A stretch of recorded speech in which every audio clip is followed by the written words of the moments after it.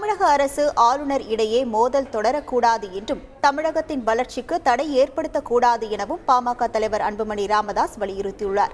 கடந்த ஆண்டு ஆளுநர் உரையின் போது அவையில் என்னென்ன நிகழ்வுகள் நடந்தனவோ அதேதான் இப்போதும் தொடர்ந்திருப்பதாகவும் தெரிவித்த அவர், தமிழக அரசால் தயாரிக்கப்பட்ட ஆளுநர் உரைக்கு அவரது அலுவலகம் ஏற்கனவே ஒப்புதல் அளித்திருக்கிறது என்றும், அதேபோல் ஆளுநர் உரைக்கு முன் தேசிய கீதம் இசைப்பது தமிழக மரபல்ல என்றும் ஆளுநர் அலுவலகத்திற்கு தமிழக சட்டப்பேரவை செயலகம் சார்பில் விளக்கம் அளிக்கப்பட்டிருக்கிறது எனவும் தெரிவித்துள்ள அன்புமணி ராமதாஸ், அதன் பிறகு அவையில் உரையை வாசிக்காததும் வெளிநடப்பு செய்ததும் நியாயப்படுத்த முடியாதவை என்று குறிப்பிட்டார்.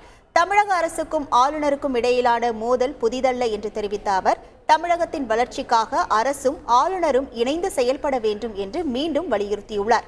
அரசுக்கும் ஆளுநருக்கும் இடையிலான கருத்து வேறுபாடுகள் அதிகரித்துக் கொண்டே செல்வது நல்லதல்ல என்று குறிப்பிட்ட அவர், இப்போக்கு தமிழகத்தின் வளர்ச்சிக்கு பெரும் தடையாக உருவாகிவிடும் என்று எச்சரித்தார்.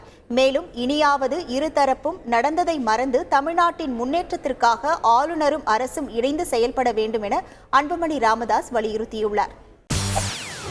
செய்திகளை உடனுக்குடன் தெரிந்து கொள்ள உடனே சப்ஸ்கிரைப் பண்ணுங்க.